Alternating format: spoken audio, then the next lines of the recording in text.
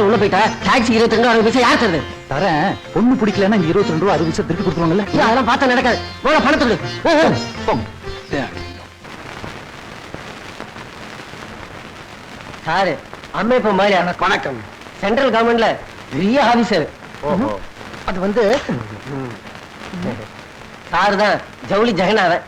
சேனாம்பேட்டில் பெரிய ஜவுளி கடலே வச்சிருக்காரு. யோ என்னையா வேற ஒண்ணு இல்ல, தரகராச்சே தொழில் ரீதியா போய் சொல்லிக்கிட்டு அங்கேயும் இங்கேயும் தொடையை தட்டி சமாளிக்கிறாரு. எனக்கு ஒண்ணும் பெரிய ஜவுளி கடல்லாம் இல்ல, தேனாம்பேட்டில் ஒரு சின்ன ஜவுளி கடை வச்சிருக்கேன், அவ்வளவுதான். அப்ப நானும் சென்ட்ரல் கவர்மெண்ட்ல ஆபீசர் இல்ல, சாதாரண கிளார்க்கு தான். பாத்தீங்களா? என் பையன் கணேசன் பெரிய உத்தியோகத்தில் இருக்கிற தரகர் சொல்லியிருப்பாரு. ஆமா சொன்னாரு. அது பொய், சாதாரண கிளார்க்கு தான்.